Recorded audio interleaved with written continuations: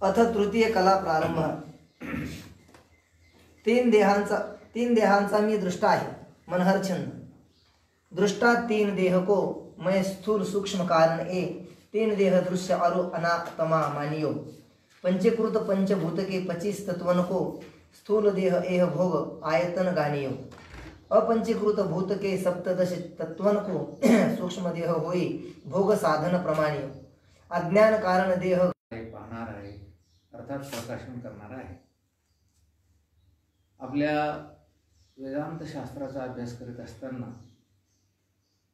असा एक प्रघात आहे किंबहुना अशी पद्धती आहे की दोन प्रकारचा विचार सांगितलेला आहे। पैकी पहिला विचार आहे आत्मविचार आणि दुसरा विचार आहे ब्रह्मविचार।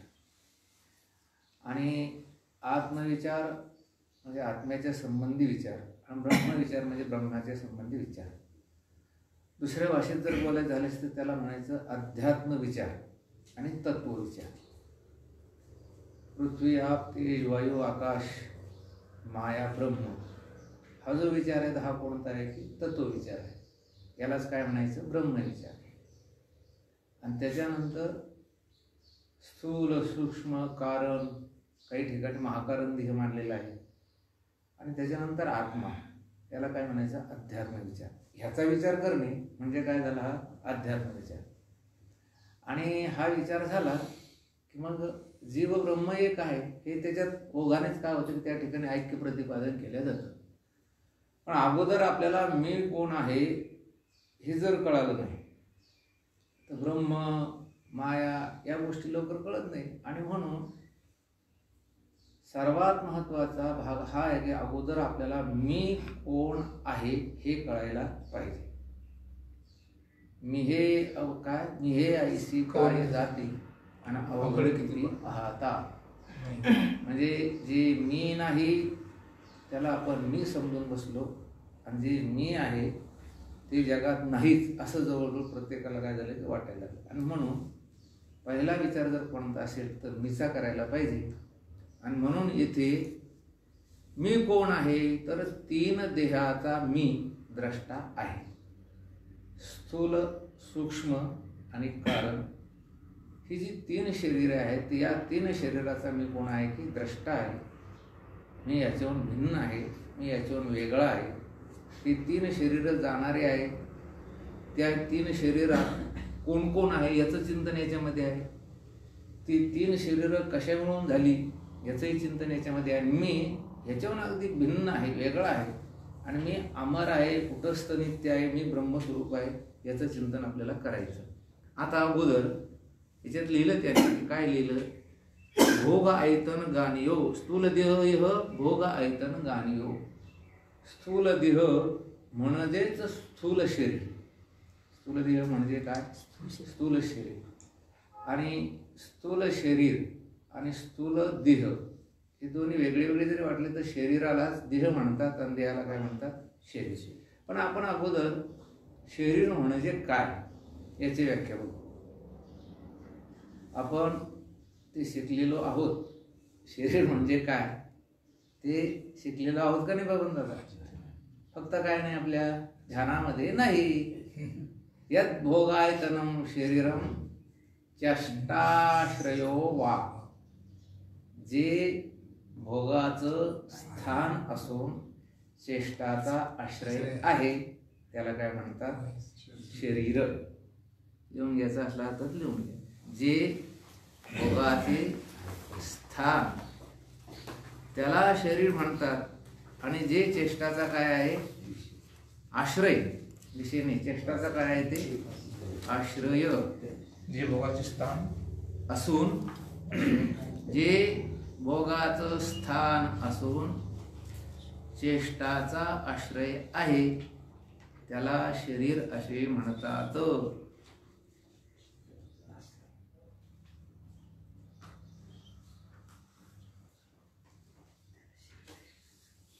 जे भोगाचं स्थान असून चेष्टाचा आश्रय आहे त्याला काय म्हणायचं? शरीर.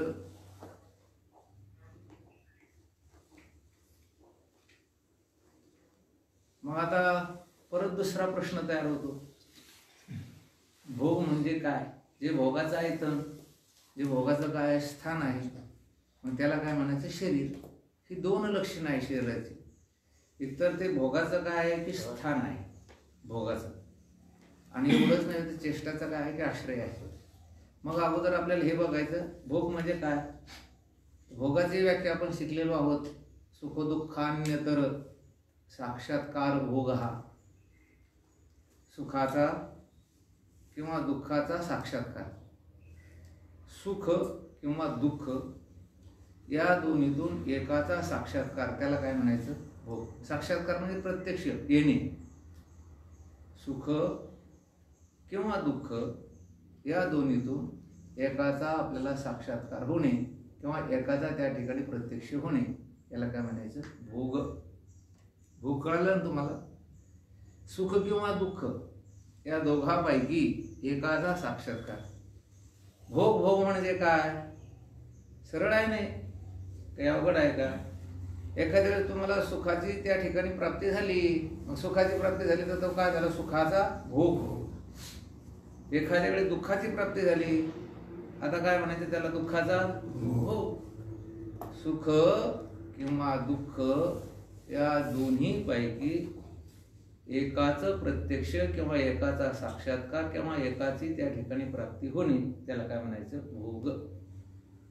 मग शरीर काय आहे? भोगाचं आयतन म्हणजे भोगाचं स्थान. म्हणजे काय? सुखाच्या दुःखाच्या प्राप्तीच्या भोगाचं स्थान. ताप आला, ताप आल्यानंतर कुठे येतो ताप? शरीरामध्ये. कर्करोग झाला, कुठे झाला? शरीरामध्ये. म्हणजे सुख दुःखाच्या भोगाचं हे काय आहे? स्थान आहे. आणि भोगाचं जे आयतन त्याचं नाव काय आहे की शरीर आहे. आता चेष्टा म्हणजे काय? चेष्टा शब्दाचं आहे आपण त्या न्यायशास्त्रामध्ये किंवा वैशेषिक शास्त्रामध्ये त्याची व्याख्या केलेली की हिताहित प्राप्ती परिहारानुकूल क्रिया हा चेष्टा. हिता अहित प्राप्ती परिहारानुकूल क्रिया हा इति चेष्टा. हिताची जर प्राप्ती होत असेल तर त्यासाठी अनुकूल क्रिया करायची, आणि अहित जर असेल तर त्याच्या परिहारासाठी त्या ठिकाणी प्रतिकूल क्रिया करायची. या क्रियेला काय म्हटलेलं आहे? चेष्टा. काही अवघड नाही. आपलं एखाद्या क्रियेमध्ये जर हित असेल तर आपण ती क्रिया करतो का सोडून देतो? बरं करतो. अनुकूल क्रिया. हिताच्या प्राप्तीसाठी आपण कोणती क्रिया करतो? तर अनुकूल क्रिया करतो. आणि एखाद्या वेळेस आपल्याला जर अहित होणार असेल तर त्या अहितापासून प्रतिबंध निर्माण व्हावा, ते अहित होऊ नये याच्यासाठी, त्याच्या परिहारासाठी आपण प्रतिकूल क्रिया करतो का नाही? करतो. याला काय म्हणायचं? चेष्टा. म्हणजे शरीर कशाला म्हणायचं? या शरीरातला एकतर ते भोगाचं स्थान आहे आणि किंवा चेष्टाचा आश्रय. चेष्टाचा आश्रय म्हणजे काय? याच्यात आपण दररोज एकतर अनुकूल क्रिया करतो, नंतर परिहाराला त्या ठिकाणी करण्यासाठी प्रतिकूल क्रिया करतो. सर्प आल्यानंतर आपण अनुकूल क्रिया करतो का प्रतिकूल क्रिया करतो? प्रतिकूल. त्याला मारतो. एखादा चांगला जर प्राणी आला, गुंडस प्राणी आला, तर आपण त्याला घेण्याचा काय करतो? प्रयत्न करतो. ससा आला, पोपट आला, मग आपण कुठली क्रिया करतो? अनुकूल क्रिया करतो. आणि सर्प आला तर कोणती क्रिया करतो? त्याला दूध पाजतो का नाही? पण प्रतिकूल क्रिया करतो. म्हणजे शरीर हे सुखाचं दुःखाचं तर स्थान आहेच, ते आहे भोगाचं स्थान. पण चेष्टाचा आश्रय आहे. चेष्टाचा आश्रय म्हणजे काय? अनुकूल क्रिया किंवा प्रतिकूल क्रिया याच्यातच घडत असतात. आपण दररोज कोणती कोणती क्रिया करतो?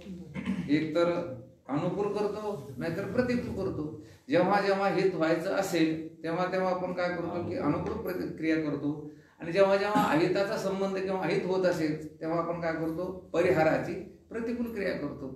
झालं. शरीर कळालं. शरीर म्हणजे काय? भोगाचं स्थान. भोग म्हणजे काय? सुखाचा किंवा दुःखाचा साक्षात्कार. याचं नाव काय? की भोग. चेष्टा म्हणजे काय? अनुकूल क्रिया किंवा प्रतिकूल क्रिया. याचं नाव काय? की चेष्टा.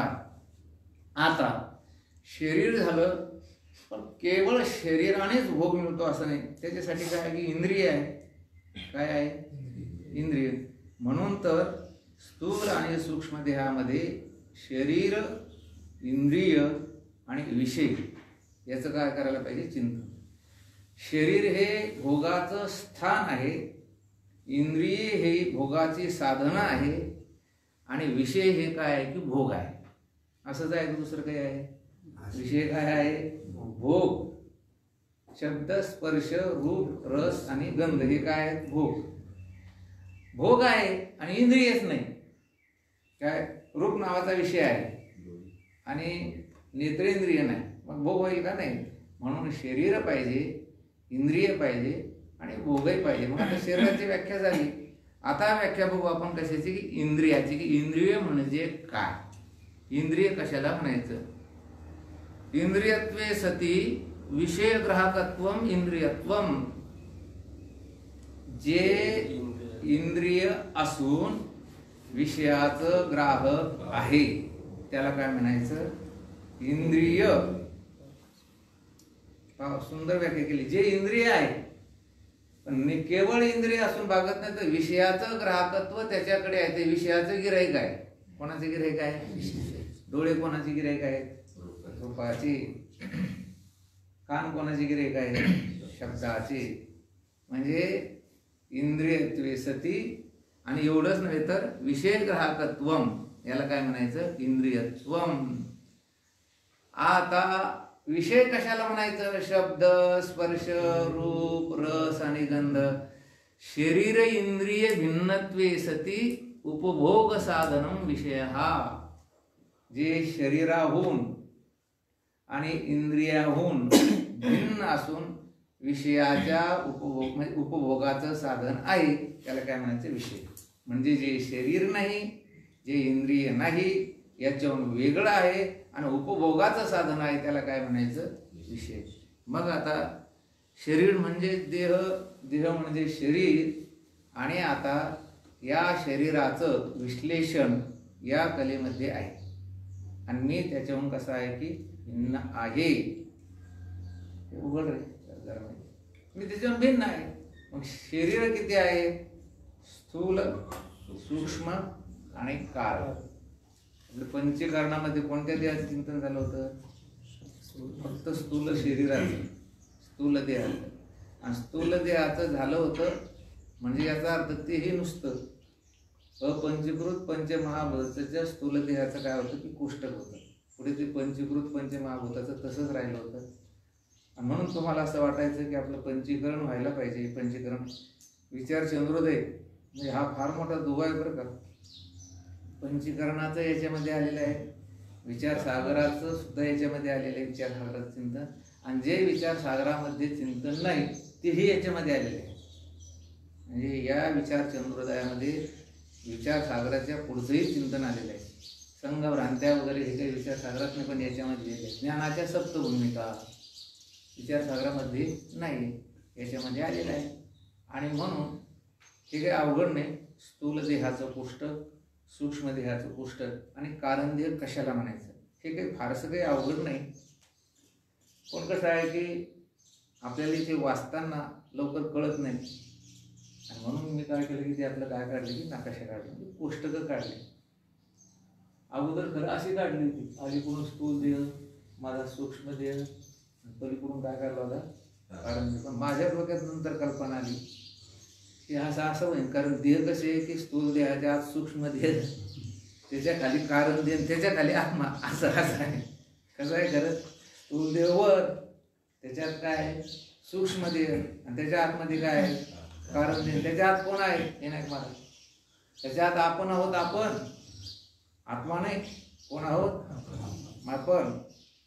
वरून आपण कोट घातला, त्याच्यात सदरा आहे, त्याच्यात बनियन आहे.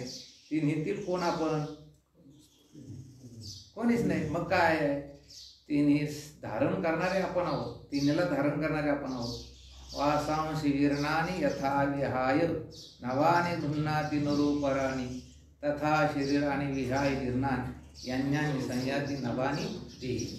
जैसे जीर्ण वस्त्र सांडिते मग नूतन वेडीचे, तैसे देहांतराते स्वीकारिजे चैतन्य नाथे.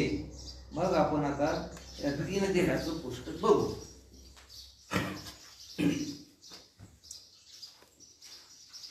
बारीक बारीक अक्षरं झाली त्याची.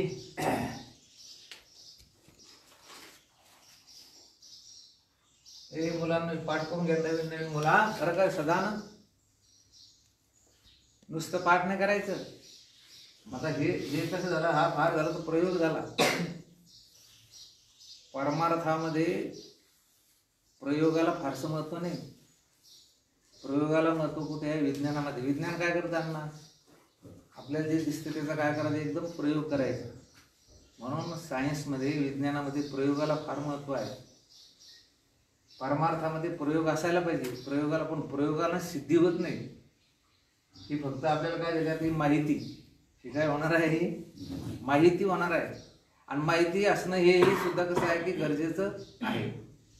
पण अनुष्ठानाने त्याची सिद्धी होत असते. सिद्धी कशाने होत असते, प्रत्यक्ष आपल्या जीवनामध्ये तसं अनुष्ठान, तशी कृती घडणे, तेव्हा त्याची काय होते, सिद्धी होते. नाही तर कळलं म्हणजे सिद्धी झाली असं कधी घडत नाही. आणि आता सध्या काय जर सुरू आहे लोकांचं, माहिती जमा करायचं. काय करायचं, आणि माहिती डोक्यामध्ये गेली की ती माहिती प्राप्त झाल्यानंतर दुसऱ्याला सांगायची. काय करायचं, ती दुसऱ्याच सांगायची. तसं नाही, हे कळल्यानंतर असं अनुष्ठान, याचा अर्थ तसं आपलं जीवन व्हायला पाहिजे. आणि म्हणून याला काय की विशेष महत्व आहे. आता हे इथं आपण काय लिहिलं की देह, काय लिहिले, देह. देह किती लिहिले आपण, शरीर किती लिहिले, 3.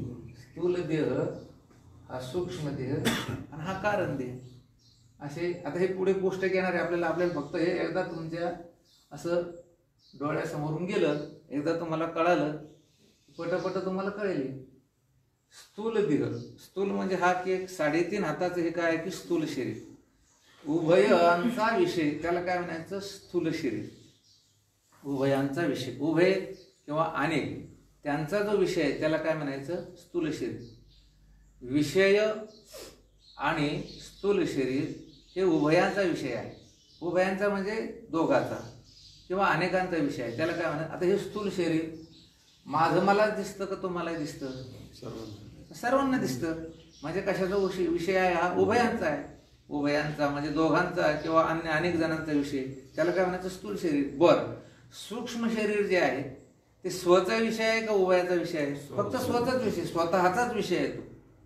आपलं मन, आपली बुद्धी, आपली चित्त, अहंकार, ह्या ज्या गोष्टी आहेत, ह्या गोष्टी अन्याला काही फारशा माहिती होत नाही, हे आपल्यालाच माहिती. म्हणून आपण स्थूल ह्याचं पुस्तक बघणार आहोत.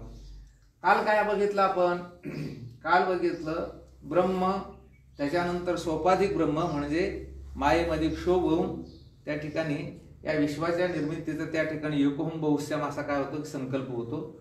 म्हणजे ब्रह्म म्हणजे निरुपाधिक ब्रह्म, सोपाधिक ब्रह्म, त्याच्यानंतर महत्त्व आणि त्याच्यानंतर क्रमाने मग आकाश, वायू, तेज, जल आणि पृथ्वी अशी अगोदर कोणती भूते तयार होतात तर सूक्ष्म. कोणती भूते तयार होतात? सूक्ष्म. त्याला पंचतन्मात्रा म्हणतात. आणि त्याच्यानंतर मग कोणती भूते तयार होतात? स्थूल. मग कोणती झाली? आकाश, वायू, तेज, जल आणि पृथ्वी. आता हे एकमेकाचे कारण आहेत आणि एकमेकाचे ते काय आहे की कार्य. वायूचं कारण कोण आहे? आकाश. आणि आकाशाचं कार्य कोण आहे? वायू. वायू तेजाचं कारण आहे, तेज वायूचं काय आहे की कार्य आहे. आता हे पुढे येणारच आहे तो विषय. झालं पृथ्वी. मग आता यांची प्रत्येकाची 5-5 तत्व आहे. काम, क्रोध, शोक, मोह आणि भय यांची लक्षणं आपण आता खाली बसल्यावर बघू. ही कोणाची तत्वे आहे? ती आकाशाची. वायूची तत्वे कोणते? चलन, वलन, धावन, प्रसारण आणि अपुंज. तेजाची तत्वे कोणते? क्षुधा म्हणजे भूक, तृषा, आलस्य, निद्रा आणि कांती. जलाची तत्व कोणती? शुक्र, शोणित, लाला, मूत्र आणि स्वेद. आणि पृथ्वीचे तत्व कोणते? अस्थि, मांस, त्वचा, नाडी आणि रोम. या शरीराला पार्थिव म्हणतात. काय म्हणतात? पार्थिव. पार्थिव म्हणजे पृथ्वीचंच हे सगळे शरीर आहे. का म्हटले? मी मागे तुम्हाला सांगितलं होतं की हे शरीर गतप्राण झाल्यानंतर, ह्याच्यातनं प्राण निघून गेल्यानंतर या शरीरामध्ये आकाशाची तत्व राहत नाही, या शरीरामध्ये वायूची तत्वे राहत नाही. काम, क्रोध राहतात का मेलेल्या माणसं शरीरात? नाही. राग बोलतं कधी? नाही. बरं काय चलन, वलन, धावन, प्रसारण, आपुंजन असतं का त्याचं? एखादं प्रेत असं पाहिलं का? काय बाबा जाऊ दे आता, कशाला परेशान होता तुम्ही, मीच तिथपर्यंत चालू देतो? नाही. म्हणजे हे वायूची तत्व राहत नाही. बरं क्षुधा, तृषा, आलस्य, निद्रा, कांती राहते त्याच्यामध्ये? नाही. हे शुक्र, शोणित, लाला, मूत्र, स्वेद राहतात. घाम निघतो का त्याचा? नाही. लाळ पडते का? नाही. राहिली तत्व कोणते राहते त्याच्यात? अस्थि, मांस, त्वचा, नाडी आणि रोम. आणि म्हणूनच या शरीराला मातीचं शरीर म्हटलेले. ओले मृत्तिकेचे मंदिर. हे विपाया गीत पडे तरी भस्म होऊन निवडी, झाले श्वानावर पडे तरी ते विष्ठा. ज्ञानेश्वर माऊलीने सांगितलं हे जर आगीमध्ये पडलं तरी भस्म होणार म्हणजे राख होणार आणि त्याची परत माती होणार. झाले श्वानावर पडे तरी ते विष्ठा. श्वान म्हणजे कुत्रा. आणि त्या कुत्र्यानं जर ते खाल्लं, मेलेला मनुष्य एखादा कुत्र्यानं खाल्ला आणि त्याची जर विष्ठा झाली, शेवटी काय होते? त्याची माती येते. समजा याला आगीमध्ये जाळलं नाहीये, कुत्र्यानं खाल्लं नाहीये, या चुके दोही काजा तरी कृमीचा होय पुंजा, हा परिणाम कपित ध्वजा कश्मळुगा. बस समजा याला कुत्र्यानं खाल्लं नाही, अग्नीमध्ये घातलं नाही, तर त्याच्यामध्ये कृमी पडतात आणि कृमी पडून शेवटी काय होते? त्याची माती. म्हणजे या शरीराला कुणाचं शरीर म्हटलेलं आहे? मातीचं. का? ते मातीमध्ये जातं, किंबहुना मातीमध्ये जातं म्हटल्यापेक्षा ती मातीच आहे. काय आहे? माती आहे. कारण लक्षणामध्ये जर ती माती होत असेल, माती जर त्या ठिकाणी सिद्ध होत असेल तर माती म्हणायला काय हरकत नाही, मृत्तिका म्हणायला काय हरकत नाही. पंचकर्णामध्ये सुंदर चिंतन आलेलं आहे की आई वडिलाच्या रक्तरेतापासून शरीर तयार झालं, त्याच्यानंतर गर्भामध्ये आईच्या नाळीतून काय गेला की अन्नरस गेला, तिथे तो वाढला आणि ते अन्नरस कुठं तयार झालं? मातीतच. त्याच्यानंतर ते जन्माला आलं, जन्माला आल्यानंतर आईच्या स्तनातील दूध घेतलं. ते दूध कशापासून तयार झालं? अन्नापासून. अन्न कुठून तयार झालं? मातीपासून. मग जाऊ द्या, उत्पत्ती मातीतून म्हणजे पृथ्वीतून, जगायला लागलं, स्थिती याची कशात आहे? पृथ्वीतच. आणि शेवटी नष्ट झाल्यानंतर काय होणार याची? मातीच. मग याला मातीच म्हटलं तर काय बिघडतं? किंवा मातीच म्हटलं तर काय बिघडतं? काही बिघडत नाही. पण म्हणत नाही लोक. किती लोक त्या कातड्याला बोलले. कातड, गोरं कातड म्हणजे काय? त्याच्या ठिकाणी त्या ठिकाणी मोठ शिवून घेतली वरून. काय शिवून घेतली? मोठ. ते पहिल्यानं ते हे करायचं काय? कलवत. त्या म्हशीचं जर ते डोंग वारलं ना, त्याचे त्या कातड्याचे ते वगाराचं बरोबर चिरायचं आणि त्याच्यामध्ये भूस भरायचं आणि ते असं म्हशीच्या समोर ठेवलं. म्हैस म्हणजे वेगळी जात ना, तिला वाटायचं माझंच लेकरू म्हणून ती पानं सोडायची. तसं आहे हे शिवायचं ना. आज जर तुमचं ऑपरेशन केलं, काय काय आहे हो? अहो याच्याकडे बघावं वाटत नाही. शरीर लय घाणेरडं आहे. ज्ञानेश्वर माऊलीने 2 ओव्या लिहिल्या एकदम एकमेकाच्या विरुद्ध. नाना सुद्रव्य गोमटी शरीरी झाली पैठी होऊन ठाती किरीटी मळूची जेली. किती सुंदर पदार्थ याच्यामध्ये घाला. काय होतो याचा मल तयार होतो. एवढं घाणेरडं शरीर विश्वात कोणाचं नाही, जगात कोणाचं नाही. पशु का होतं पन्हया नरका कशू नव्हे. बघा तुम्ही हे जर हे पशु नसते तर मृदंग ढोल तबले हे कसे झाले असते, झाले नसते. आपल्या माणसं शरीराला चालतं की त्याला बघून जातं नाही. म्हणून इतकं घाणेरडे शरीर आहे. पण ज्ञानेश्वर माऊलीने सांगितलं तैसे येण्याची शेरा येणे सरे किंबवना येर झारे शेरा. अभंग बघून या शरीर उत्तम चांगलं. शरीर दुःखाचे पोटार, शरीर रोगाचे भांडार झाला. हा कोणता देह आता? हा सगळा स्थूल देह. म्हणून ही सर्व 25 तत्वे झाली. आता त्याच्या आत कुठला देह? तर सूक्ष्म देह. सृष्टी उत्पन्न होताना कशी झाली? कारण सृष्टी, सूक्ष्म सृष्टी आणि स्थूल सृष्टी. कारण देह म्हणजे आज्ञा, त्याच्यानंतर सूक्ष्म देह आणि त्याच्यानंतर कोणता देह तयार झाला? स्थूल देह. मग स्थूल देहातील एकही तत्व तुम्ही नाही आणि ते तत्व तुमचे नाही. ते त्या पंचमहाभूतातील एका भूताची ती काय आहे? तत्वे. आता कोणता देह आहे? सूक्ष्म देह. सूक्ष्म देहास दुसरं नाव आहे लिंग देह. कोणता देह आहे? लिंग देह. खरं तर हा लिंग देह आपल्या विचार चंद्रोदयामध्ये 17 तत्वाचा सांगितलेला. किती तत्वाचा? 17 तत्वाचा. त्या 17 तत्वामध्ये हे मन आणि बुद्धी हे 2च सांगितलेले. काय सांगितलेले? मन आणि बुद्धी. आणि हे शब्द स्पर्श रूप रसगंध हे सांगितलेले नाही. पण पंचीकरणामध्ये किती सांगितलेले याचे? 25. मग आता 25 मानायचे तर 17 मानायचे. याच्यात जास्त डोकं खर्च करायचं नाही किंवा डोकं लावायचं नाही. 17 मानले तरी बिघडत नाही, 25 मानले तरी बिघडत नाही. याच्यातलं एक अंतकरण मानून बाकीचे सर्व काढून टाकले तरी बिघडत नाही. आपला मुख्य जो हेतू आहे तो कोणता आहे? हे तत्व किती आहे हे समजून घेण्यामध्ये आहे की हे तत्व मी नाही आणि माझे नाही हे समजून घेण्यामध्ये आहे. हे तत्व मी नाही आणि माझे नाही समजून घेण्यामध्ये आहे. हे बघा, दिवाळीला एक फटाका आणला आणि तो फटाका होता हत्तीचा. कशाचा होता? हत्तीचा. बरं का? वैभव फटाका बघ कोणता होता तो? हत्ती. आणि वेगळे वेगळे फटाके, पाखराचे फटाके, ते तोंडाला त्याची ती काय वात लावलेली. आता हे फटाके कोणते आणले होते की हत्तीचा. आणि त्याला दोन्हीकडून वाती निर्माण केल्या होत्या. एक सोंडाच्या पुढे एक वात दिली होती छोटीशी, चांगला मोठा फटाका होता, आणि पाठीमागून शेपटीकडे एक वात दिली होती. आता तो मनुष्य जास्त हे ग्रह ताऱ्याचं चिंतन करणारा होता. म्हणजे भविष्य, शुभ अशुभ, चांगलं वाईट, शकुन अपशकुन याला मानणारा होता. आणि त्याला सकाळी त्या दीपावलीच्या दुसऱ्या दिवशी पाडवा असतो आणि पाडव्याच्या दिवशी त्याला फटाका फोडायचा. त्यानं मुलाला सांगितलं, इकडे या, हत्ती हा सोंडेकडून शुभ असतो आणि शेपटीकडून कसा असतो? अशुभ असतो. मग कोणी कोण फोडायला पाहिजे सदानंद फटाका? जसं शेपटी कोण लावायला पाहिजे का सोंडे कोण लावायला पाहिजे? बघून बस सगळ्यात महत्वाची गोष्ट काय? फटाका फोडायचा. मग शेपटी कोण लावा का तुम्ही ते सोंडे करून लावा. तसं हे 17 धरले काय, 16 धरले काय, आणखीन 19 धरले काय, हे मी नाही आणि हे माझे नाही हे समजून घेणं अत्यंत गरजेचं आहे. नाही तर काही काहीच ह्याच्यामध्येच वेळ चालला. हिता नामक एवढी छोटीशी नाडी असेल तिच्यामध्ये स्वप्न पडेलच कसं काय? याच्यावर चिंतन सुरू झालं, सर्चिंग सुरू झालं. अरे बाबा स्वप्न पडतंय ना, मग हिता नामक नाडी असू दे ना, किती कबारीक असू दे, तुला तरी काय घेणं देणं त्याचं? का शास्त्र सांगायला लागलं, वेद शास्त्र हे सगळं सांगायला लागले बा केसापेक्षा ती अत्यंत 1000 टोका एवढी बारीक नाडी, त्याच्यामध्ये काय पडतं? स्वप्न पडतंय.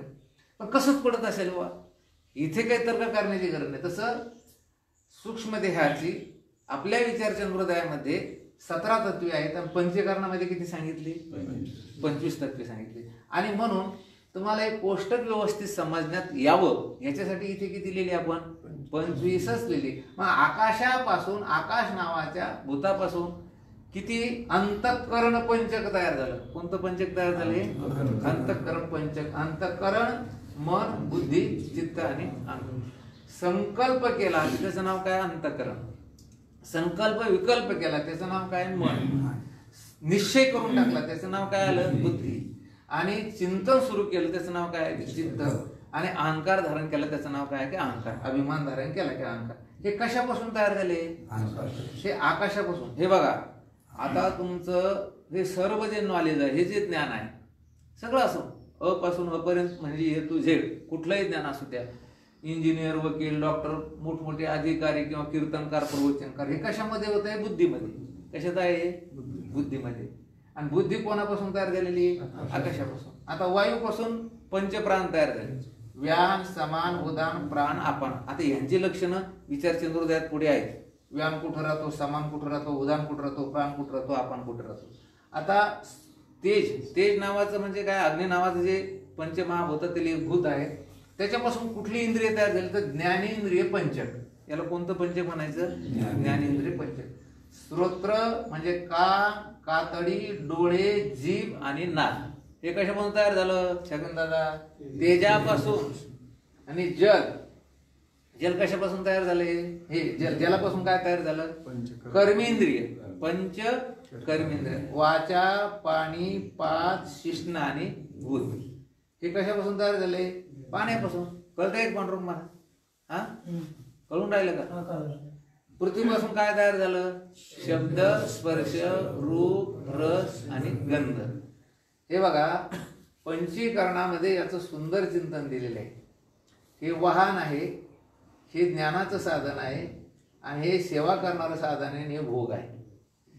अंतःकरण व्यान नावाच्या वाहनावर बसून श्रोत्रेंद्रियामध्ये येते, आणि ते काय करतं की त्या ठिकाणी शब्दाचं भोग घेते, आणि वाचा त्याची सेवा करते. काय करते?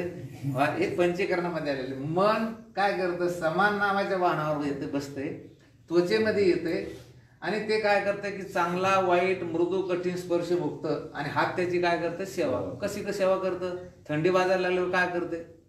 जर पाय टाकते, पाय घेते गोदडी अंगावर, नाही. कोण सेवा करते त्याची? हात सेवा करते. आता बुद्धी उदान नावाच्या वाहनावर बसते, ती चक्षु म्हणजे डोळ्यामध्ये येते, आणि रूपाचं काय करते? ती सेवन करते, आणि पाय त्याची सेवा करते. 2000ची नोट दिसली की पाय इकडे जरी चालले तिकडे पळतात, पाय त्याची काय करतात? सेवा करतात.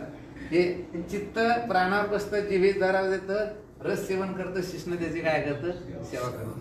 अहंकार आपण नावाच्या वाहनात बसतोय, तो घ्राणेंद्रियात येतो, गंधाचं त्या ठिकाणी सेवन करतो, आणि बुद्ध त्याची काय करतं? सेवा. हा कोणता देह झाला? सूक्ष्म देह.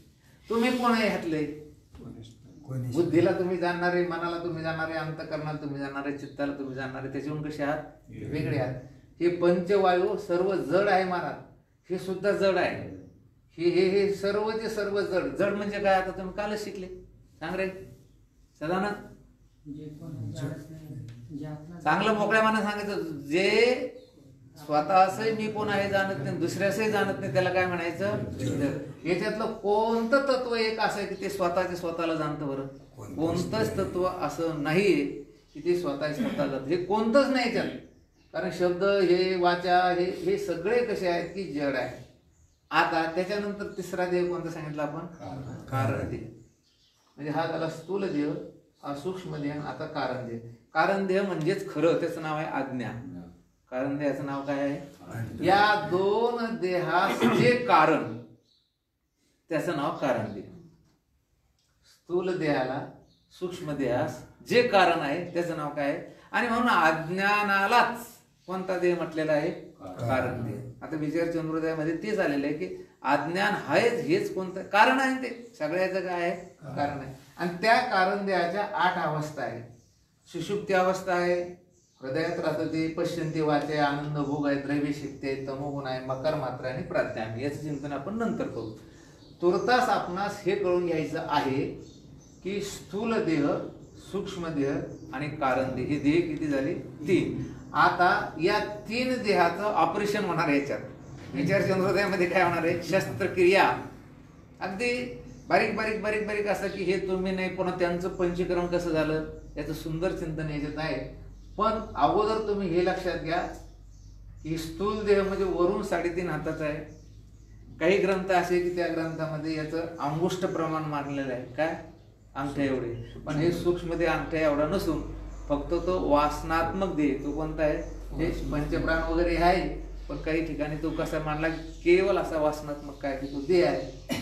आणि कारण देह म्हणजे गडद आज्ञा. काय आहे? गडद आज्ञा. याचं नाव काय की कारण. कळालं बाबांराव? हे आता आपल्याला हे असंच डोक्यात ठेवायचे. आता इथे चिंतन सुरू झालं विचार यामध्ये. स्थूल देहात चिंतन झालं की पटकन हे वरचं दिसलं पाहिजे. सूक्ष्म देहात चिंतन झालं की आणि कारण देहात. तुम्ही कोणते आता? तुम्ही फार झाले तसं नाही. आता आपलं प्रजापिता ब्रह्मकुमारीचा क्लास होईल असं होईल. तो आत्मा आहे याच्या खाली. तो आत्मा याला जाणतो, याला जाणतो, याला जाणतो. याचा या सर्वांचा तो द्रष्टा आहे. याच्यातल्या प्रत्येक तत्वाचा तो कोण आहे? द्रष्टा आहे. आणि ह्याच्यातील प्रत्येक तत्वाचा कोणता आहे? द्रष्टा आहे. मी 3 देहाचा मी कोण आहे? द्रष्टा.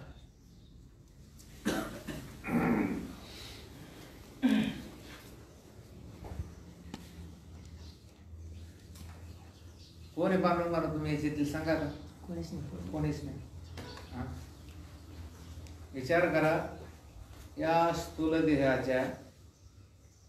आता पुढे सुंदर चिंतन आलेलं आहे. स्थूल देहाचं जी जात ती माझी जात समजायला आपण.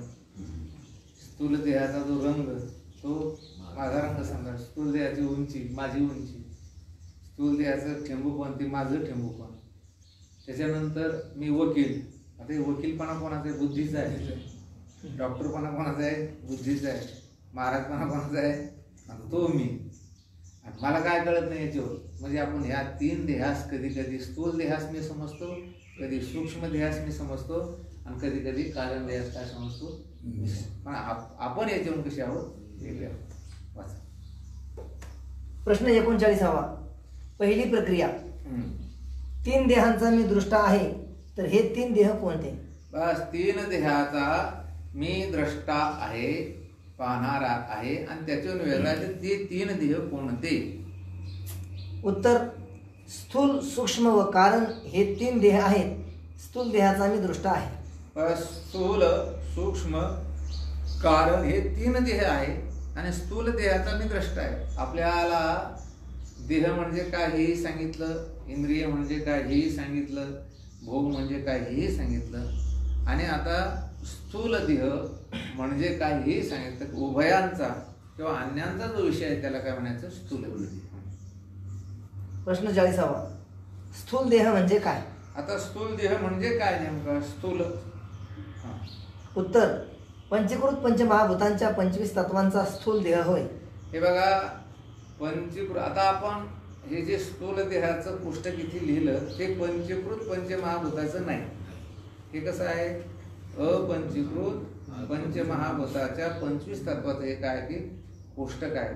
म्हणजे ह्याची जी तत्वे आहेत ह्याचं पंचीकरण झालेलं नाही, ह्यांचं मिश्रण झालेलं नाही. जसं काम, क्रोध, शोक, मोह, भय, चलन, वलन, धावन, प्रसारण, आकुंचन, क्षुधा, तृषा, आलस्य, निद्रा, कांती, शुक्र, शोणित, लाला, मूत्र, श्वेत, आणि आस्थी, मांस, त्वचा, नाडी, रोम. हे प्रत्येक महाभूताची जी 5-5 तत्वे आहेत ही वेगळी वेगळी आहेत. आपण त्याचं पंचीकरण केलेलं नाही. हे कशासाठी? का अगोदर तुम्हाला हे कळायला पाहिजे व हे अपंचीकृत कशी आहे. हे काय आहे की अपंचीकृत कशी आहे हे चांगलं कळून घ्या. सध्या वर्ष कोष्टकातले स्थूल देहातले सगळे अपंचीकृत आहे. हे अपंचीकृत. याचं पंचीकरण झाल्यात. पंचीकरण याच्यातच आपण शिकणार आहोत आता पुढे. हे सगळे कसे आहे? आकाशाची 5 तत्व कोणते आहे? काम, क्रोध, शोक, मोह, भय. याचं पंचीकरण झालेलं नाही. ही 5 तत्वे आकाशाचीच आहे, दुसऱ्याची नाही. मिश्रण याचा अर्थ काय? याचे त्याचे सगळे परस्पर ते सुंदर चिंतन आहे पुढे. आता परस्परांचं परस्परामध्ये घनिष्ठ मिश्रण, तत्वाचं मिश्रण, त्याला काय म्हणायचं? पंचीकृत पंचमहाभूताचा स्थूल देह. इथं पंचकृतच लिहिलं त्यांनी. हो लिहिलं ना, पण ते आता शिकून राहिलं ना आपल्याला. आता हे अगोदर आता कसं आहे, पंचीकृत पंचमहाभूतांच्या 25 तत्वांचा स्थूल देह होय. ही व्याख्या कोणाची झाली? स्थूल देहाची झाली. कोणाची झाली? स्थूल देहाची झाली. आता खाली बघा ना तुम्ही. प्रश्न 41वा. पंचमहाभूते कोणती आहेत? उत्तर: आकाश, वायू, तेज, जल व पृथ्वी ही पंचमहाभूते होत. झालं का आता? आलं का लक्षात? पंचमहाभूते कोणती? आकाश, वायू, जल, तेज, जल आणि पृथ्वी. प्रश्न 42वा. पंचमहाभूतांची 25 तत्वे कोणती? आता पंचमहाभूतांची 25 तत्वे कोणती? उत्तर: आकाशाची 5 तत्वे. आकाशाची 5 तत्वे. 1 काम, 2 क्रोध, 3 शोक, 4 मोह व 5वा भय. हे बघा, आता हिवर आपण लिहिले काम, क्रोध, शोक, मोह व भय. काम म्हणजे काय? भोगेच्छा तो काम. कारण काम शब्दाचे 2 अर्थ होतात. भोगेच्छा, कुठल्याही भोगाची इच्छा झाली. इच्छा म्हणजेच काय? त्याचं नाव काम. आणि आपण ज्याच्यासाठी समजा विषय म्हणतो आपण, त्यातल्या स्पर्श विषय जो आहे आणि जो प्रजोत्पत्तीस कारण आहे त्याला सुद्धा आपण काय म्हणतो? काम असं म्हणतो. म्हणजे आकाशाची 5 तत्वे आहे. काम, क्रोध, त्याला आपण आपल्या भाषेमध्ये काय म्हणतो? राग. शोक, शोक कधी होतो? अनुकूल विषयाचा वियोग झाला की अंतःकरणामध्ये काय होतो? शोक होतो. तुमची जी प्रिय वस्तू आहे, प्रिय मित्र आहे, अनुकूल विषय जेव्हा त्याचा वियोग होतो तेव्हा काय निर्माण होत होतो? शोक निर्माण होतो. हे बघा, भयामध्ये शोकामध्ये फरक आहे बरं का.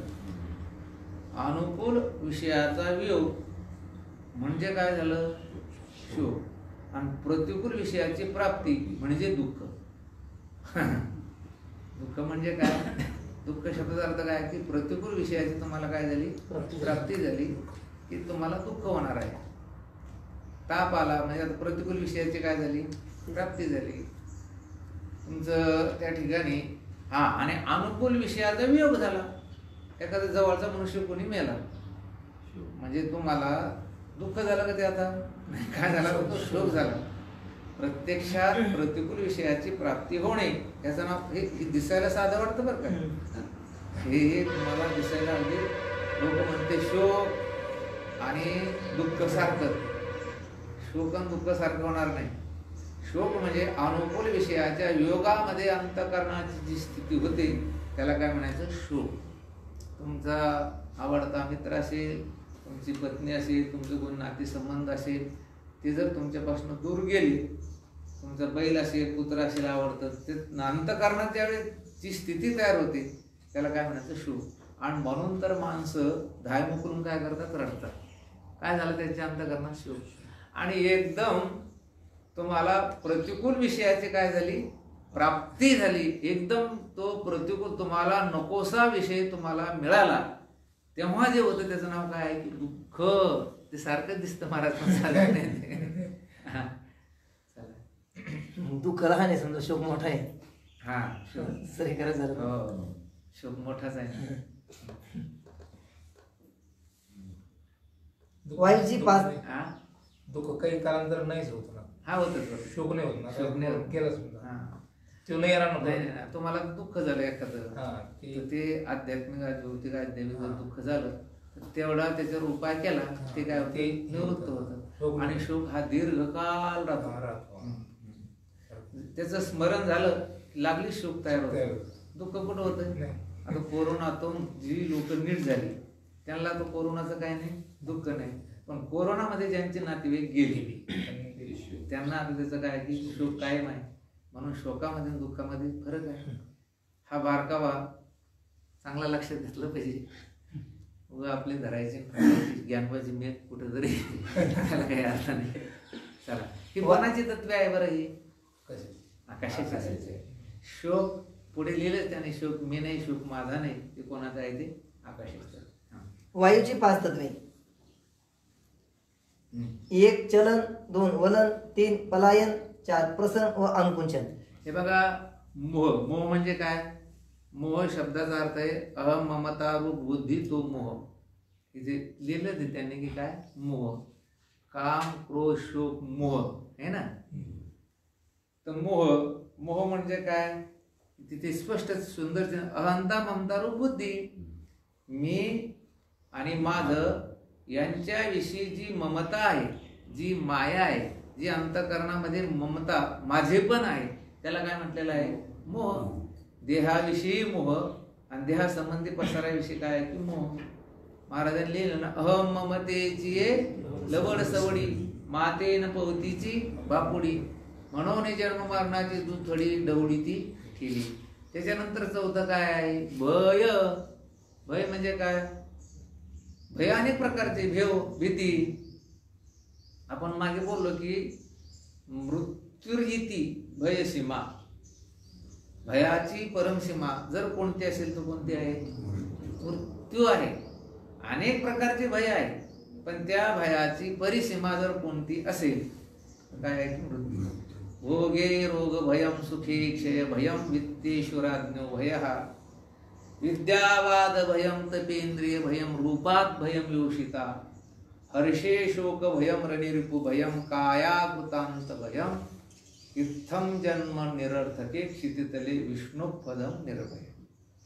जगामध्ये कुठलीही गोष्ट घेतली तिला काय आहे की भय. भोगे रोग भयम, भोगाच्या पाठीमागे काय आहे रोगाचं भय. महाराजांनी काकड्यामध्ये देवाला विनंती केली तुकोबरायाने. काय विनंती केली? भोगे रोगा जोडून या दिले आणि का. आणि म्हणून काय म्हणतात महाराज, आरू तिथे होका आता सकाळपासून. जितका जास्त भोग तितका जास्त काय रोग आहे.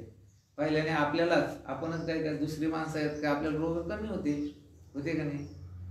आता आपण ते पहिल्याने ढोरं सांभाळायचं छगन दादा पंडित महाराज काळेसारखा, तर पाणी असं आरूचं पाणी राहायचं आपल्याला नाही. मग पोंगळीतलं पाणी नाही तर त्या वळणामध्ये तुंबलेलं आपलं ते गढूळ पाणी टोंगळे टाकायचं भुजाल प्यायचं पण काही होत नव्हतं. काहीच नाही, काही होत नव्हतं. बैल एका साईडला आपली इकडून आपण पाणी, बैल पलीकडल्या साईडला आपण पाणी प्यायचं. काही नाही. का भोग कमी होता त्यावेळेस, रोगाचं काही काम नव्हतं. म्हणून भोगाच्या पाठीमागे काय रोग आहे. पाश्चिमात्यातील जी संस्कृती आहे ती सगळी भोगी आहे आणि आपली भारतीय संस्कृती कशी आहे की त्यागी आहे. आणि म्हणून आता आपण त्याला भोगाकडे नेऊन राहिलो हा भाग वेगळा आहे. भोगाकडे नेऊन राहिला भाग वेगळा आहे. खरं त्यागामध्ये जे सुख आहे, त्यागामध्ये जे मोठेपण आहे आपल्या संस्कृतीचं, ते भोगामध्ये नाही देणार. भोगी लोक फार मोठी आहे पण त्यांना कोणी मोठं म्हणतं असं कधीच नाही. आता जाऊ द्या बाकीच्या लोकांना सोडून द्या, पण आमच्या लोकांकडे आज सर्वसामान्य लोकांचा बघण्याचा जो दृष्टिकोन झाला तो कसा झाला सांगा तुम्ही. की ज्याच्याकडं हाय प्रोफाईलचे गाड्या आहे, चांगले भारी मोठे बंगले आहेत, त्याला मोठा काय म्हणतात, महाराजच म्हणतात का नाही. खरं सांगायचं, खरं पण वस्तुस्थिती सांगायचं, महाराजाची शोभा बंगल्यामध्ये जास्त येते का कुटीमध्ये जास्त येते? खरं सांगायचं. महाराज जो शोभतो ना, खरं कुठे शोभतो सांगू का? कुटी ज्याला आपण खोपी म्हणतो त्याच्यामध्ये महाराज जेवढा शोभून दिसतो तेवढा बंगल्यामध्ये बिलकुल दिसत नाही. तुम्ही ध्यानात ठेवा. मला तरी माझं तरी अंतकरण सांगतं, कारण आम्ही कुट्यात बऱ्याच वेळेस राहिलेले, अख्खं जीवन सुद्धा कुटीतच गेलेले. पण कुठे का? त्याचं कारण आहे की त्यागी संस्कृती आहे. आता लोक काय म्हणतात महाराज कुठे राहतात म्हणजे फ्लॅटमध्ये. अरे फ्लॅटमध्ये ही महाराजाची शोभा नाही, साधू संत ह्यांची शोभा आहे आजही. तुम्ही बघा, आमचं कालच याविषयी ते आपली प्रशांत जाधव चर्चा झाली. आळंदीला पूर्वीच्या काळामध्ये एक अलिखित नियम होता, असा लिहिलेला नियम नव्हता. आळंदीमध्ये साधक गेला, विद्यार्थी गेला आणि त्याचं त्या ठिकाणी तिथलं अध्ययन पूर्ण झालं. वारकरी शिक्षण संस्था असेल, जो महाराजांच्या जयराम बाबाकडे असेल, गुरुवारी साखरे महाराजाकडे असेल, तिकडलं शिक्षण पूर्ण झालं. त्यावेळेस एक नियम होता की 108 त्याने ज्ञानेश्वरीची त्या अजान वृक्षाखाली पारायण करायचीच. हा काय होता? नियमच होता. तसा तो घरी येतच नव्हता. का? साधनानुष्ठानाचं त्या काळात काय होतं की त्या ठिकाणी अतिशय मोठेपण होतं मला. आणि आजही उत्तर भारतामध्ये किंवा आपल्या महाराष्ट्रामध्ये जे संस्कृतचं अध्ययन करणारे लोक आहेत हे सुद्धा जेव्हा हे पूर्ण शिकतात त्यावेळेस हिमालयामध्ये म्हणा कुठल्या तरी पर्वतामध्ये म्हणा जाऊन बद्री केदारनाथ असेल गंगोत्री असेल यमुनोत्री असेल ते जाऊन काय करतात अनुष्ठान करतात.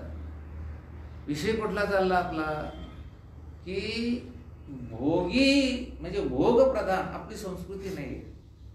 आणि म्हणून खरं जिथे भोग हा ठीक आहे प्रपंचामध्ये भोग असायला पाहिजे पण विषय हा चालला की भोगे रोग भयम. भोगाच्या पाठीमागे कशाच भय रोग सुखे क्षय भयम. सुख म्हटलं ना सुखाच्या पाठीमागे क्षयाचं काय आहे की रोग आहे भय आहे. तुम्हाला अचानक सुख झालं द्राक्ष चांगली झाली मुलगा चांगले गुण घेऊन उत्तीर्ण झाला एखाद्या कुठेतरी मोठ्या नोकरीला लागला तर त्याचा क्षय होतो कसा राहतो भगवंता सुखे क्षय भय. वित्तेश्वराज्ञ भया. वित्त म्हणजे धन धनाच्या पाठीमाग काय राजाचं भय आहे. आज सीबीआय वगैरे तुमच्या पाठीमागे असेल त्या ठिकाणी महाराज अगदी ताकदार उभी आहे का वित्तेश्वराज्ञ भय. विद्यावाद भयम. विद्वानास कोणाचं भय आहे वाद घालणाराचं भय. विद्या वाद भयम. मला मी माझ्या जागेवरती विद्वान दिसतो दुसऱ्याला त्याच्या जागेवरती विद्वान दिसतो पण एक म्हण आहे शेरा सव्वा शेर मिळाला तर पहिला पावशेर होतो. काय होतो शेराला सव्वा शेर भेटल्यानंतर पहिल्याचं मूल्य काय होणार आहे विद्यावाद भयम. तपेंद्रिय भयम. तप करणाऱ्याच्या पाठीमागे कशाचं भय आहे इंद्रियाचं भय आहे. तुम्ही तप केले का तुम्ही काही तप केलं का अनुष्ठान केलं का नाही तुम्हाला काय माहिती इंद्रियाचं भय ते सांगतो मी तुम्हाला बाकीची तप नाही केली पण एक छोटी तप तुम्ही दररोज म्हणजे दर महिन्याला 15 दिवसाला म्हणा 1 महिन्याला करता. एकादशी व्रत हे काय आहे एक छोटस तपच आहे एक अनुष्ठान आहे. तुम्ही तुमच्या मुलीच्या लग्नामध्ये भावाच्या लग्नामध्ये मुलाच्या लग्नामध्ये दिवसभर अन्नाचा कण पोटात जर नाही घातलं तरी तुम्हाला भूक लागत नाही. हा तुमचा सर्वांचा अनुभव आहे का नाही. काही दिवसभर खात नाही मनुष्य. एखाद्या तुम्हाला अतिमहत्वाचं काम असेल छाटणी असेल तुमच्या द्राक्षाची वगैरे काही तुम्ही दिवसभर पोटात अन्नाचा कण नसू द्या काही होत नाही. आणि एकादशीच्या दिवशी सकाळी तोंड धुतलं स्नान झालं काही ध्यान येतं म्हणून मला जेवायचं ध्यान येते. मग जेवायचं ध्यान म्हणजे अन्नाचं स्मरण होण्याचं काही कारण नाही. ते म्हणतं काय करावं ध्यानच येतं भाकरीचं. याचं कारण आहे एक छोट तप आहे पण त्याच्या पाठीमागे इंद्रियाचं काय आहे की भय आहे. आणि ते इंद्रिय मुद्दाम बलवान इंद्रिय कामो कारण ते इंद्रिय बलवत तर आहे. त्या इंद्रियांना हे माहिती आहे की जी मंडळी तपश्चर्या करीत नाही ते काही आपले ग्राहक नाही. जे तप करणारे आहे तेच आपले ग्राहक आहेत.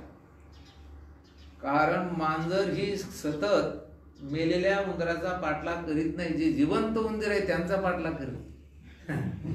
तसं काम क्रोध शोक मोह भय हे कोणाचा पाठलाग करतात जे मूर्ख लोक आहेत अज्ञानी आहेत ज्यांना काही परमार्थाचं घेणं देणं नाही त्यांच्याकडे ते ढुंकून सुद्धा पाहत नाही. पण त्यांचं जे ग्राहक आहे ते जर निघालं तर मग त्याचा ते पाठलाग करतात. मायेचे कामाचे क्रोधाचे हेतू हे अज्ञानी लोक कोण आहे गिराईक आहे ना. आणि ते गिराईक कमी होते वाटतं का नाही.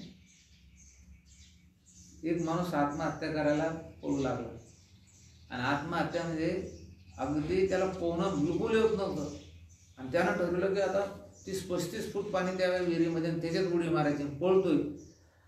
पत्नीचं त्याचं भांडण झालं आणि 100% त्यानं ठरवलं मला आत्महत्या करायची. पत्नी मागून पळते मुलगा ओरडतोय मुलगी ओरडते माझ्या बाबाला धरा माझ्या बाबाला धरा बायको म्हणजे आमच्या मालकाला धरा. आणि तो आता उडी टाकणार असा तेवढ्याच तिकडून एक माणूस आला आणि त्यानं ती गाडी उभी केली त्याची त्या माणसाला पकडलं गाडीत घातलं आणि त्याच्या घरी आणून घातलं. आणि मग त्याचा मुलगा मुलगी पत्नी भाऊ म्हणाले बरं झालं बाबा माऊली तुम्ही तिकडून आली गाडी घेऊन म्हणून आमची मालक वाचून काळ मरत होते.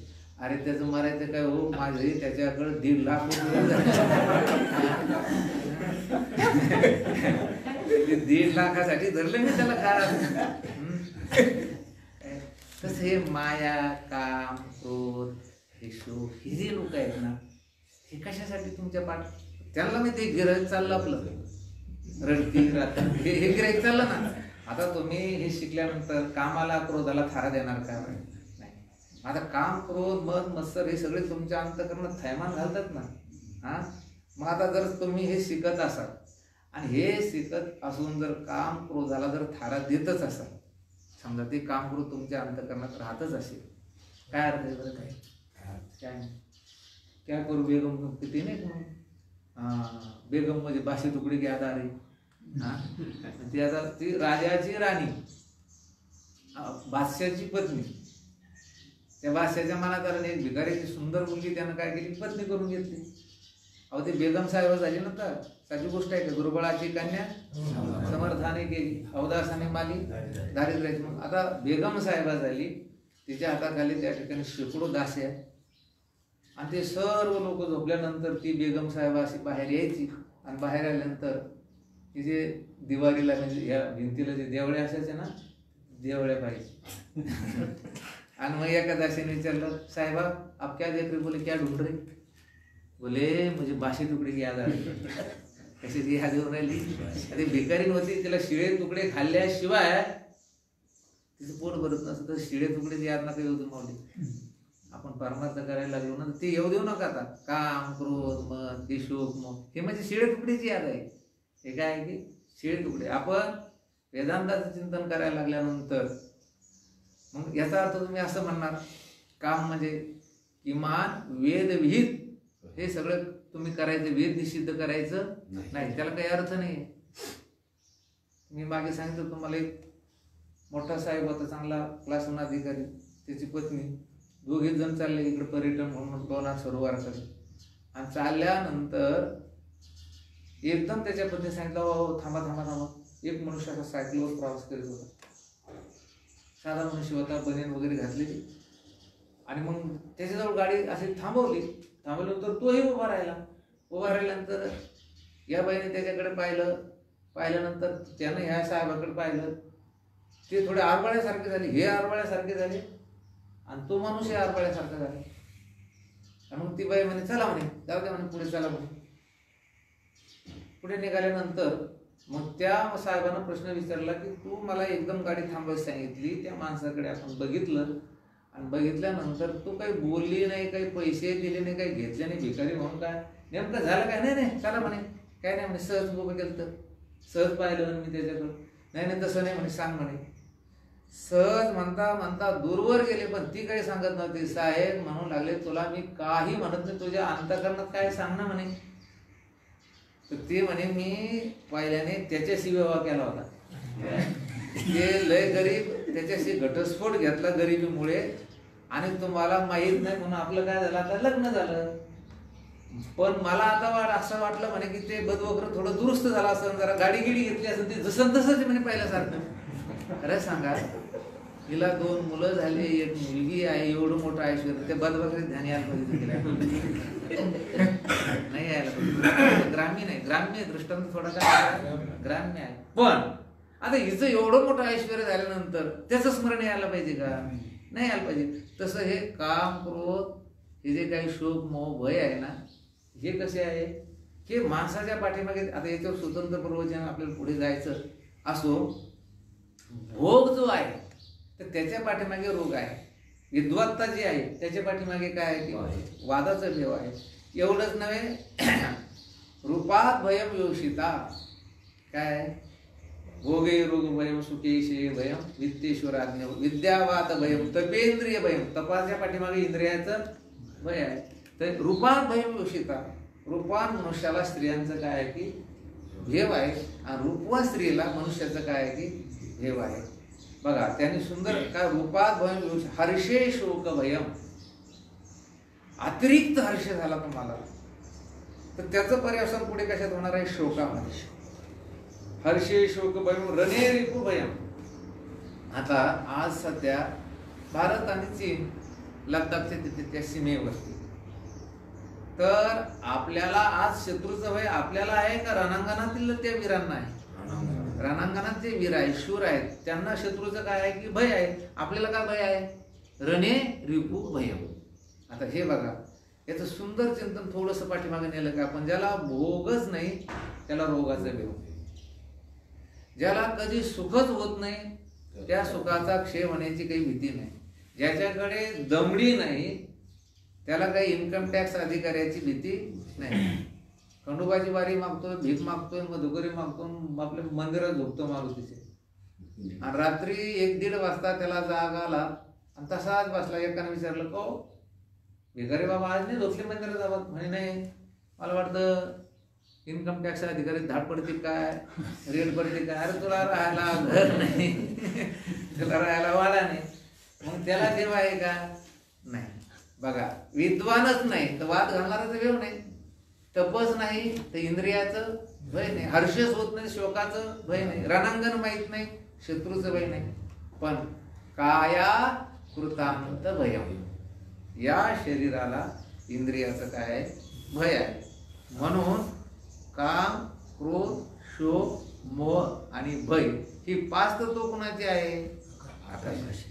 चलन, वलन, पलायन, म्हणजे त्याला चलन, वलन, पलायनच्या जागेवर धावन लिहिलं तरी चालतं. इथे पलायन लिहिलेलं आहे ना, तिथे धावन, तिथे आपण धावन लिहिलं.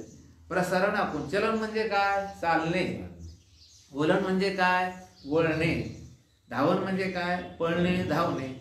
प्रसारण म्हणजे काय? असं हात पुढे करणे. आकुंचन म्हणजे आपण घेणे, पसरणे किंवा आखडणे. तेजाची 5 तत्वे: क्षुधा, तृषा, आलस्य, निद्रा व कांती.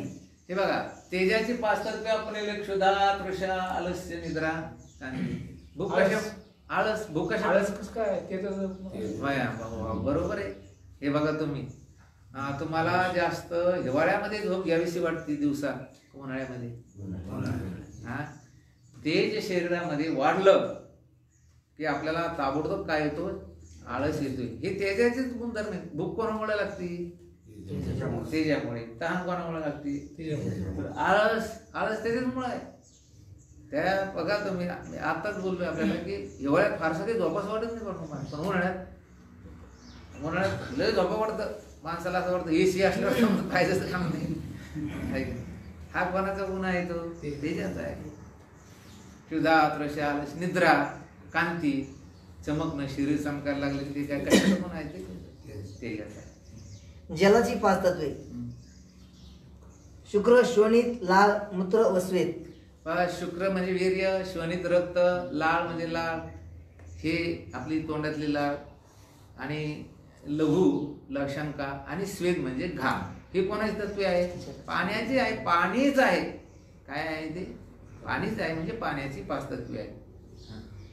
पृथ्वीची 5 तत्वे: अस्थि, मांस, नाडी, त्वचा, रोम. ही पंचमहाभूतांच्या 25 तत्वाची नावे होत. अस्थि, मांस, नाडी, त्वचा, रोम, किंवा अस्थि, मांस, त्वचा, नाडी, रोम, हे जे आहेत हे आता कधी कधी खाली लिहिलं त्यांनी की नाडीच्या ठिकाणी लिहिलंय. कधी कधी मज्जा हा शब्द आलेला आहे काही ठिकाणी. काय आलेला आहे? मज्जा हे आलेले. काही म्हणा, मज्जा म्हणा का नाडी म्हणा. का बरं? फटाक उडवायचं आपल्याला, मज्जा म्हणायचं का नाडी म्हणायचं? समजा काही म्हणा, पण ते आहे, त्याला अनुसरून आहे. प्रश्न 43. पंचीकृत पंचमहाभूते कोणाला म्हणतात? बस, पंचीकृत पंचमहाभूते कोणाला म्हणतात. आता ही जी वर तत्वे सांगितलेली आहे, किंबहुना आपण जे कोष्टक लिहून दिलेलं आहे, ही पंचीकृत पंचमहाभूताच्या तत्वाचं नाही. ती कोणाचं आहे? अपंचीकृत पंचमहाभूताच्या तत्वाचं. इतकं महत्वाचं आहे, एवढं महत्वाचं आहे. हे जर आपल्याला अगोदर कळालं चांगलं, याचा जर निश्चय झाला की खरंच हे तत्व मी नाही, माझी नाही. सगळी लोक स्थूल देहाच्या संबंधी घुमून राहिले ना. सगळी लोक कशाला? आज लोकांचा बघण्याचा जो दृष्टिकोन आहे हा कशाकडे आहे? जास्त स्थूल देहाकडेच आहे. कशाकडे आहे? स्थूल शरीराकडे आहे, स्थूल देहाकडे आहे. आणि तो देहच मी असा आपला काय आहे की निश्चय आहे. आणि म्हणून ही जी आपण स्थूल देहाची 25 तत्वे आता वर इथे आपण वाचन केली, किंबहुना आपण त्या बोर्डवरती लिहिली, ही अपंचीकृत पंचमहाभूताची तत्वे आहे. प्रत्येकाची 5-5 तत्वे: आकाशाची 5, वायूची 5, जलाची, तेजाची आणि पृथ्वीची. आता पंचीकृत पंचमहाभूते कोणाला म्हणतात? आता पंचीकृत म्हणजे काय? तर पंचीकरण झाल्यानंतर, म्हणजे त्यांचं मिश्रण झाल्यानंतर. प्रश्न 43 पंचीकृत पंचमहाभूते कोणाला म्हणतात? उत्तर, ज्या भूतांचे पंचीकरण झाले आहे अशा भूतांना पंचीकृत पंचमहाभूते म्हणतात. हे बघा, ज्या भूतांचे म्हणजे ज्यांचं पंचीकरण झालेलं आहे त्यांना काय म्हणतात? पंचीकृत पंचमहाभूते.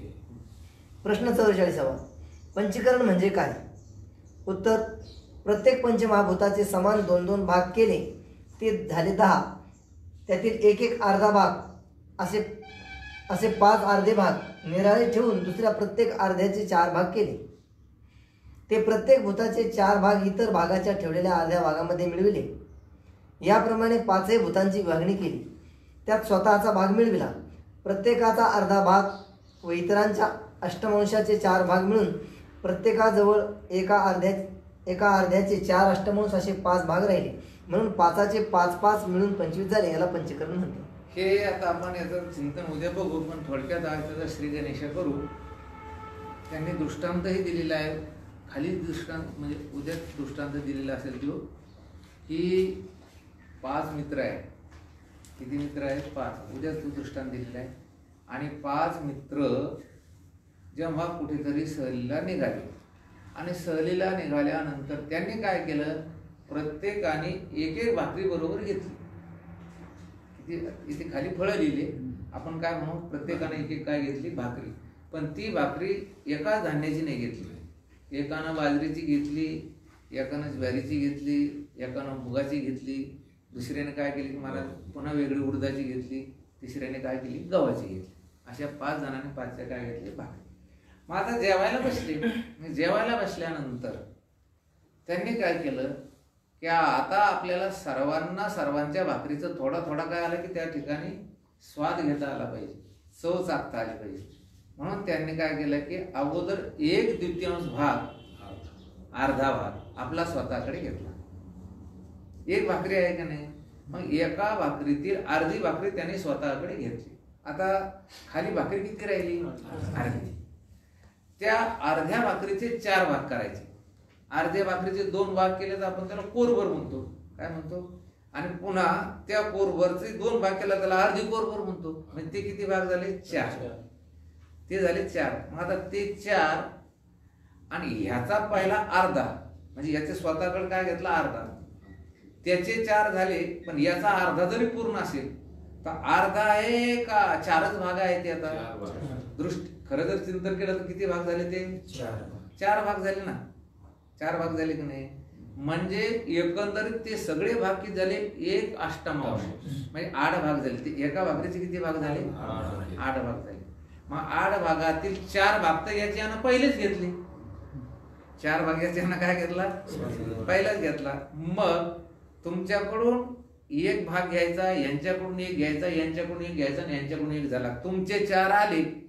मग काय झालं की झालं की नाही? 1 अष्टमांश झालं की नाही? ते म्हणजे पहिले याचे 4 आणि तुमच्या चौघाचे 4 भाग किती झाला? तो 1 भाग पूर्ण झाला. 1 भाग काय झाला? पण त्या एका भागामध्ये अर्धा स्वतःचा आहे. अर्धा काय? आणि ते जे 4 आहे तर ते 4 चौघाचे आहे. पृथ्वीनं स्वतःचा, आता उद्या त्याचं चिंतन होईल, पृथ्वीनं स्वतःचा अर्धा ठेवून घेतला आणि म्हणजे 1 भाग कोणाचा घेतला? पाण्याचा, दुसरा भाग कोणाचा घेतला? तेजाचा, पुन्हा तिसरा भाग 1 भाग कोणाचा घेतला? वायूचा आणि 1 आकाशाचा. असं स्वतः म्हणजे ते एकच भाग झाला पूर्ण. मग त्यांचं काय झालं की ते मिश्रण झालं, घट्ट मिश्रण झालं. हे जसं आता पडत नाही. का पडत नाही? हे सिमेंट, वाळू, विटा यांचं काय झालं? एक जीव झाला ना.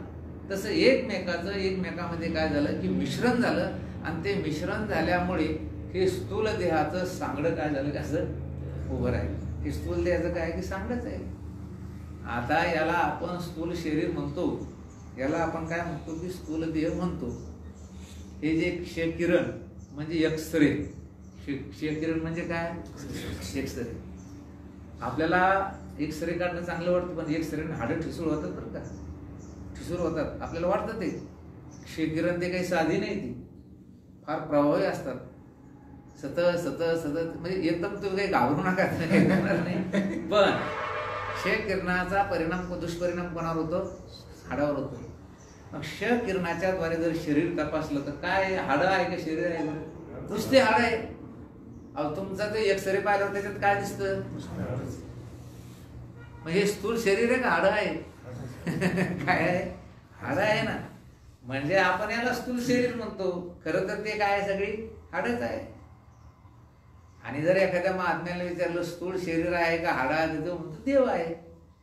हा काय त्यातला फरक आहे. जाऊ द्या, आपला विषय हा चालला की हा स्थूल देह, पण हा भाग महत्वाचा आहे. त्याच्या उद्या आपलं बरंच चिंतन होणार आहे की प्रत्येक भूताने स्वतःचे 4 भाग म्हणजे अर्धा भाग, 4 भाग म्हणजे काय?